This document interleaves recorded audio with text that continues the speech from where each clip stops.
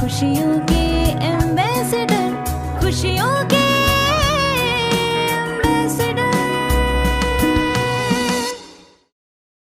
खुशियों के एम्बेसडर में आप सभी का स्वागत है। यूं तो पूरी दुनिया में आदिकाल से सभी मानवों के सुख और समृद्धि की कामना बनी ही रही है। इसके लिए विश्व के कई देशों में लोगों ने ईमानदारी से सर्व सुख के लिए साधन उपलब्ध कराने की कोशिशें की। परिणाम स्वरूप विश्व में कई धर्म, पंथ, संप्रदायों का विकास हुआ। ये स्पष्ट हुआ कि शिक्षा ही एकमात्र माध्यम है जिसके द्वारा सही शिक्षा उपलब्ध कराते हुए समझदार, सुखी, समाधानित समाज की स्थापना की जा सकती है। सार्वभौमिक व्यवस्था के लिए सही शिक्षा कैसी हो, इस पर राजकोट में 3 दिवसीय जीवन विद्या राष्ट्रीय सम्मेलन में विस्तार से विचार विमर्श हुआ। इस सम्मेलन का समापन हुआ 10 नवंबर को खुशियों के साथ। राजकोट में आयोजित 3 दिवसीय जीवन विद्या राष्ट्रीय सम्मेलन में मानवीय शिक्षा के प्रारूप पर केंद्रित चर्चा हुई। पहले दिन विचार विमर्श के दौरान वर्तमान शिक्षा व्यवस्था में मानसिक, सामाजिक, प्राकृतिक नियमों के समावेश पर चर्चा हुई। इस पर देश के विभिन्न स्थानों पर शोध और अभ्यास कर रहे अध्येताओं ने अपने विचार व्यक्त किए। There are many things to be done as far as education is concerned. First is to change the definitions of what is development. That is first, what is the meaning of development? And I was happy that one of our faculty members from the management department, Amit Rajdev, when he said he is handling an economics paper course, उसमें syllabus में GDP था. Then when I asked him, what are you doing? He said, I am comparing happiness index with GDP and I'm taking that. So that the students understand whether GDP is important or happiness index is important.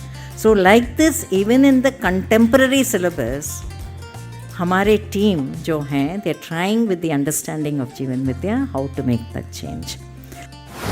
अभी जैसे हम बच्चों को पढ़ाते हैं तो हर बच्चे को गणित, विज्ञान इसकी शिक्षा देते हैं, उसके लिए प्रैक्टिस कराते हैं। आप देखोगे तो गिनती तो एक ऊपर एक लिख देते, फिर एक एक एक लिखता जाता है, फिर क ख ग लिखता जाता है, फिर बारंबार उसको प्रैक्टिस कराते हैं। तो लंबे समय से हम लोग काम करने के उपरांत ये लगा कि अभी यदि हमको आगे उस पर काम करना है तो हमको एक नई पेडागोजी के बारे में सोचना चाहिए। और उस पेडागोजी में जो मुख्य बात है वो है अभ्यास। उसमें 3 अभ्यास नियम त्रय के साथ इसकी आवश्यकता है। तो उसमें एक बौद्धिक नियम, दूसरा सामाजिक नियम और तीसरा प्राकृतिक नियम। ये बौद्धिक नियम के साथ हम परिवार में मानसिक स्वास्थ्य के साथ मनस्वस्थता को प्रमाणित करते हुए समाधान समृद्धि के साथ जीने योग्य बन जाएंगे। प्राकृतिक नियम के साथ अखंड समाज, इसमें सारा जो वैश्विक युद्ध की बात कर रहे हैं उसका पूरा समाधान निकलता है। और फिर प्राकृतिक नियम पूर्वक, प्रकृति में संतुलन पूर्वक हम जीने का स्वरूप निकाल सकते हैं। और इन सब को देने के लिए अपने पास एक कॉम्प्रिहेंसिव पाठ्यक्रम बाबा जी ने दिया है। उसको देने के लिए एक हमारे पास एक फ्रेमवर्क और एक पेडागोजी चाहिए।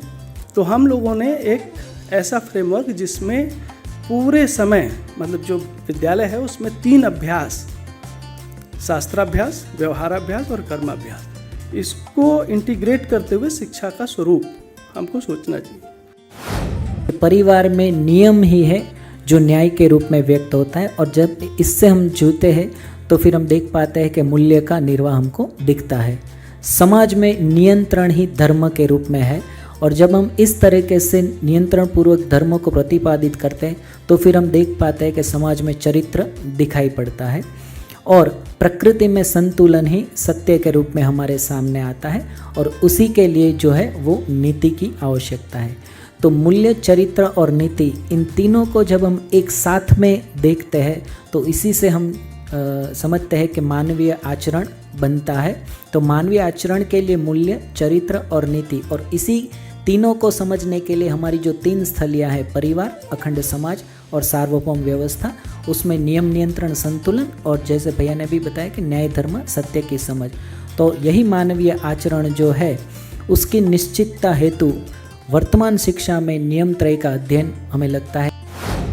विभिन्न सामाजिक संस्थाओं और शिक्षण संस्थाओं में संचालित विभिन्न गतिविधियों और प्रयोगों की चर्चा करते हुए कई प्रतिभागियों ने अपने विचार और अनुभव साझा किए, जिनमें प्रमुख थे दिल्ली से सुमेर सिंह, कुम्हारी से केशव साहू, ऋषिकेश से राजेश बहुगुणा, सूरत से संगीता दीदी और कानपुर से कुमार गौरव। हमारे जो एक राजकोट के हमारे शिक्षकगण गए थे विज़िट में, तो उनके साथ हमें और मेरी फैकल्टी वहाँ पर गए थे।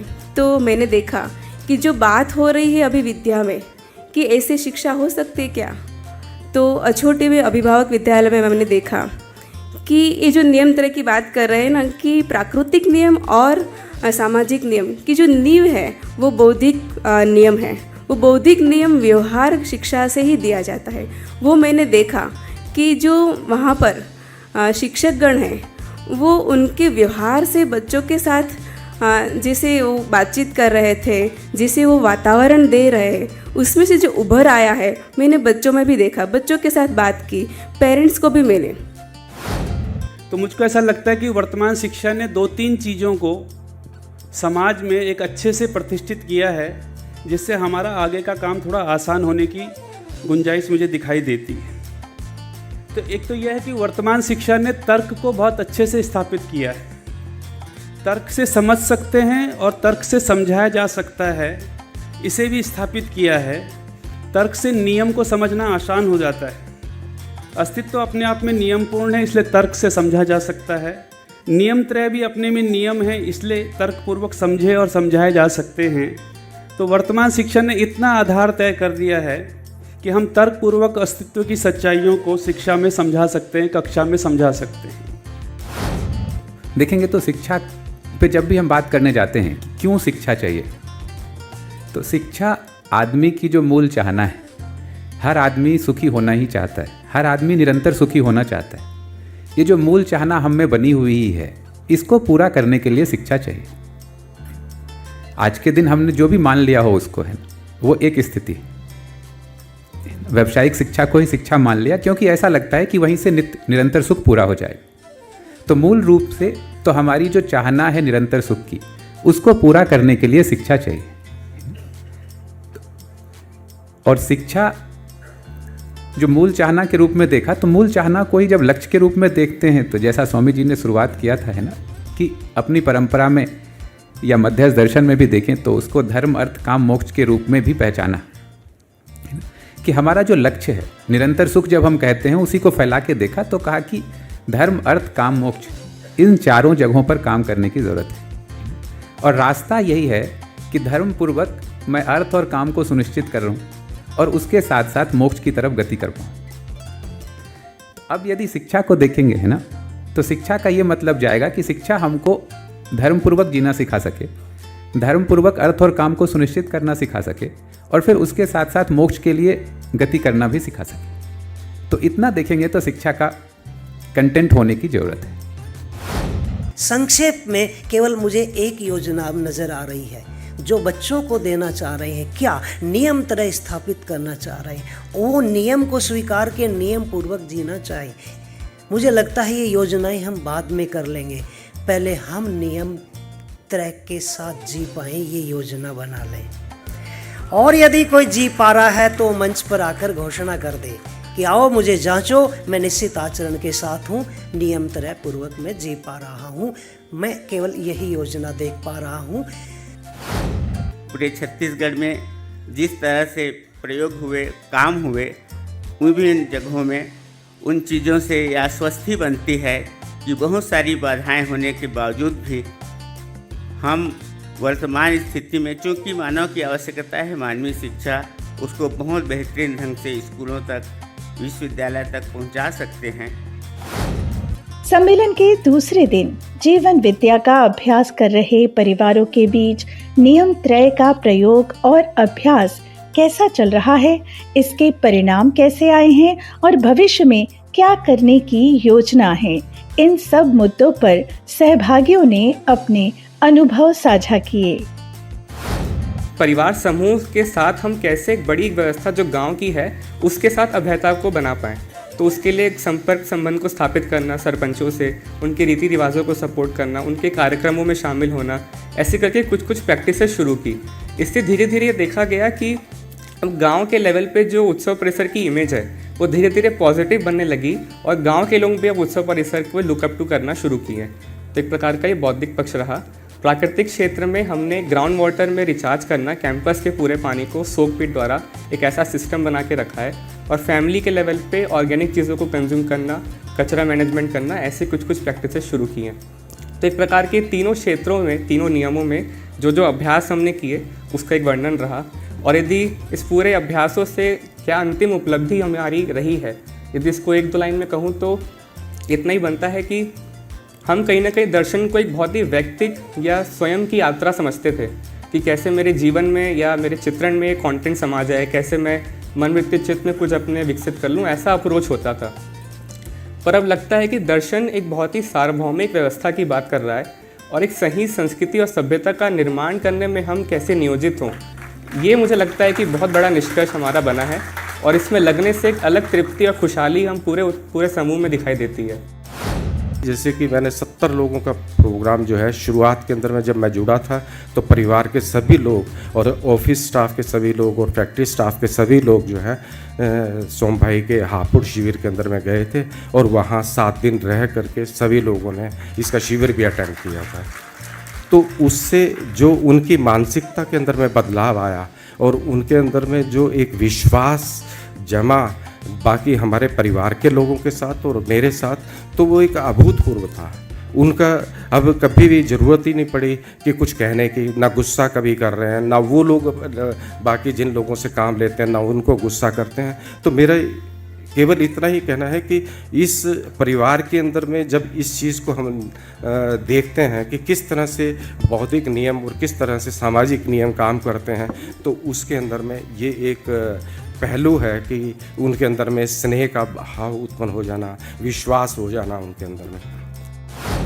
परिवार या समाज में मध्यस्थ दर्शन आधारित नियम त्रय का परिवारों में पड़ रहे प्रभावों की चर्चा विभिन्न प्रतिभागियों ने की, जिनमें प्रमुख थे परडा से जया गजानन खर्चे, अकोला से अंजलि पंकज राउत, मानव तीर्थ से गौतम भाई, सूरत से हिम्मत भाई बिलडिया और पुणे से सौरभ राउत। तो दादा दादी के पास पोता पोती सबसे ज़्यादा रहने वाला है। अब देखो उस वक्त हम उसको जो भी सवाल करेंगे या जो भी सिखाना होगा तो सबसे ज़्यादा दादा दादी के पास रहते हुए आपके पास क्या होगा उस जीवन को देने के लिए। शरीर के रूप में जो देना है वो सब कुछ तो हम दे पाएंगे, हमारे पास है भी, लेकिन जो हमारे परिवार में जो जीवन आया है उस जीवन की ज़रूरतें जो है उसके बारे में हम क्या दे पाएंगे, जो हमारे पास होगा वही दे पाएंगे। तो हम ये करें कि जो अध्ययन दर्शन में जो अध्ययन में हम जुड़े हम दोनों, तो ज़्यादा से ज़्यादा हम उसके जुड़ते हुए हमारी इस कंटेंट के बारे में जितनी भी समझ ज़्यादा हो सके उतनी हम बढ़ाए, जिससे हम हमारी परिवार में जो बच्चे हैं, पोता पोती है, उसको अच्छी जीवन की ज़रूरत की जो बातें हैं वो हमारे पास होगी तो हम दे पाएंगे। परिवार में 3 पीढ़ी का जो समन्वय है उसको बनाए रखने के लिए शादी है।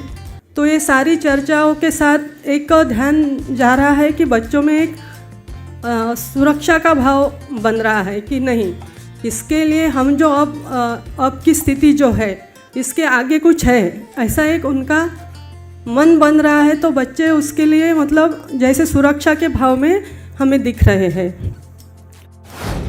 सम्मेलन के तीसरे दिन शिक्षा के मानवीयकरण के लिए आगे की दिशा कैसी हो, इस पर विभिन्न प्रतिभागियों ने चर्चा की। इस महत्वपूर्ण चर्चा में उच्च शिक्षण संस्थाओं में कार्य किए हुए अनुभवी वक्ताओं ने वर्तमान और पूर्व के प्रयासों पर अपने अनुभव साझा किए। जहाँ हम खड़े हैं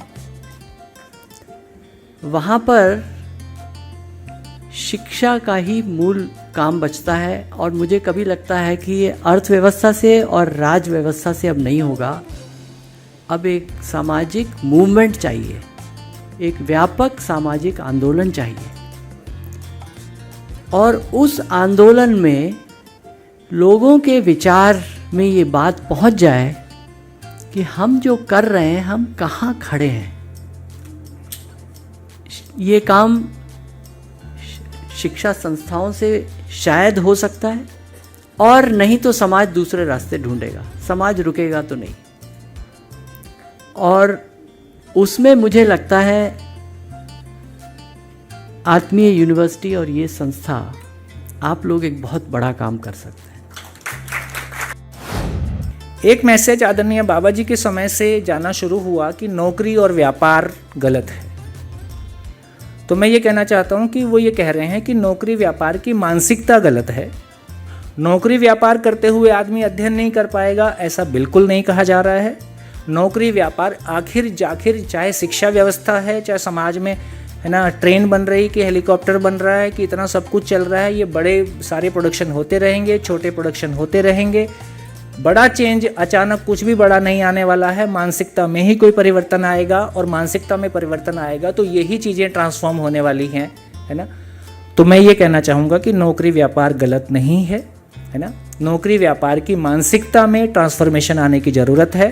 तो हमारे ही स्कूल, हमारे ही व्यवसाय, ठीक है थोड़ी देर लगेगी, उसका भी एक ट्रांसफॉर्मेशन का प्रोसेस होगा, लेकिन बिल्कुल मुक्त होकर खुशहाली के साथ जहाँ हैं जो कर रहे हैं वो करते हुए, है ना, अपने आसपास के परिवारों को शिविर कराते हुए, अपने आसपास में अध्ययन का वातावरण बदलते हुए। तो एक ये भी मैसेज गया कि अध्ययन दर्शन मतलब अध्ययन मतलब खेती गौशाला, ये भी एक मैसेज गया, क्योंकि हम सारे लोग ऐसे ही थे जो अपने अपने घर छोड़ के जीवन विद्या से पहले से ही निकले हुए थे। तो हमको कुछ ना कुछ करना ही था, तो जो कुछ कर सकते थे उपलब्ध था वो कर लिया। लेकिन दर्शन में तो ये कहा ही गया है कि आहार, आवास, अलंकार, दूरगमन, दूरश्रवण, दूरदर्शन। तो अपनी परिस्थितियों में हम जो कुछ भी कर रहे हैं वो उपयोगी काम है ही है अधिकांश। और यदि कुछ कम ज़्यादा भी होगा तो अध्ययन करें, जो आपको समझ में आएगा आप उसको ठीक कर ही लेंगे। तो इसका मतलब है जब हम जीने की बात कर रहे हैं दर्शन में, तो कुछ लोगों को कर रहा है कि श्रम पूर्वक ही जीना हो, श्रम मतलब जीना। कुछ लोगों को लगता है कि नहीं, शास्त्राभ्यास और बिल्कुल ज्ञान एकदम तात्विकता में गए तो ही जीना, और एक दूसरे को कहीं ना कहीं अवमूल्यन अधिमूल्यन के दौर से भी गुजरता हुआ दिखाई देता है। तो इसमें मुझको लगता है कि जैसा मैंने दर्शन में पढ़ के समझ पाया, अनुभव में जीना होता है, विचार में जीना होता है, व्यवहार में जीना होता है, कार्य में जीना होता है। जो चीज़ महत्वपूर्ण है, जो आवश्यक है, आज के 8 अरब मानिस का निमित्त, मनुष्य का निमित्त जो चीज़ आज ये दर्शन से जोड़ रहे हैं, लेकिन इसका जितना लेवल में ये पहुंचना चाहिए था वो लेवल में हमने कहीं ना कहीं कमी दिखाई दे रहा है। ये कैसे क्यों हो रहा है? आज जिसके बिना मानव जीवन का खुश नहीं मिलता है, ये विश्व ब्रह्मांड बचाने के निमित्त ये सोच, ये दर्शन के बाहर से हम ये पृथ्वी को बचा नहीं सकते। लेकिन जिसको महत्वपूर्ण ये पृथ्वी के बचाने के लिए, मानव जाति के बचा लेने के लिए, जीव जंतु के बचाने के लिए ये दर्शन आज आवश्यक है। आदमी को, मानव जीवन को खुश रखने के लिए आवश्यक है। सम्मेलन के दौरान शिक्षा के मानवीयकरण की दिशा में चुने हुए विद्यालयों की प्रस्तुतियों ने सभी लोगों को बेहद प्रफुल्लित कर दिया। सम्मेलन के समापन के अवसर पर आत्मीय यूनिवर्सिटी के अध्यक्ष स्वामी त्याग वल्लभ जी ने इस सम्मेलन को बहुत सफल बताया और कामना की कि ऐसे सम्मेलन भविष्य में भी यहाँ आयोजित किए जाते रहें। एक विश्वविद्यालय के रूप में पूरे विश्व के सामने जो बात शिक्षा का मानवीकरण की बात जो बाबा जी ने हमें संकल्प दिया है, स्वामी जी महाराज ने जिसे मानव को जीवन मंदिर बनाने की बात जो करी है, वो साकार करने में सबके सहयोग से ही ये बात आगे बढ़ेगी। और मुझे लगता है कि कि इस सम्मेलन में जो उपलब्धियां हैं वो तो अनगिनत हैं, और वो अनगिनत उपलब्धियां लेके हम सब साथ में चलते हैं। जैसे श्री राम भैया बताते कि पहला हमने जब सम्मेलन किया, अभी भैया अजय भैया ने भी बताया, तो बोले कि गिने चुने लोग 10-20 लोगों के गिनती से हमने वो सम्मेलन का प्रारंभ किया था। आज वो वहाँ तक पहुँचे कि जहाँ बाबा जी ने बताया था कि भाई 1000 से ज़्यादा हो जाए तो क्षेत्रीय सम्मेलन करना पड़ेगा। लेकिन हम इस अवसर पर भी ये विनती करना चाहेंगे कि क्षेत्रीय सम्मेलन तो अलग अलग क्षेत्र में करेंगे ही करेंगे, लेकिन आत्मीय विश्वविद्यालय को आज एक सुवर्ण अवसर मिला है कि उनकी यात्रा को एक ऊपर ले जाने का एक अद्भुत अवसर मिला है। तो बार बार ऐसे वार्षिक सम्मेलन, वार्षिक न हो, द्विवार्षिक हो, त्रिवार्षिक हो, क्षेत्रीय सम्मेलन होंगे तो हर साल वार्षिक सम्मेलन शायद संभव नहीं भी होगा, लेकिन वो अवसर आत्मीय विश्वविद्यालय को मिले ताकि आत्मीय विद्यालय की यात्रा की गति और बढ़े और वो गति के साथ एक विश्वविद्यालय के रूप में पूरे विश्व के लिए एक प्रेरणा स्रोत बने। तो बने रहिए हमारे साथ और हमारे चैनल को सब्सक्राइब कर लीजिए, और हाँ, बेल आइकॉन प्रेस करना ना भूलिएगा। तो फिर मिलते हैं अगले सप्ताह इसी दिन इसी समय। तब तक के लिए नमस्कार।